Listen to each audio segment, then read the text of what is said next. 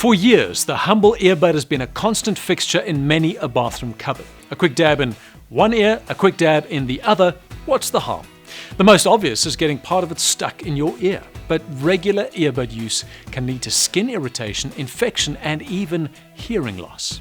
Earwax is a self-cleaning agent with protective, lubricating, and antibacterial properties. Left unprovoked, excess earwax moves slowly, in its own time, out of your ear canal, carrying with it dirt, dust, and other small particles from your ear. In other words, the safest way to clean your ears is not to clean them at all. Poking around in your ear causes earwax to gradually build up and block part of your ear canal. Forcibly removing the ear's protective wax layer, scratching the skin that lines the ear canal, or pushing wax deeper down can all increase your risk of infection. A good rule of thumb: never put anything down your ear that's smaller than your elbow.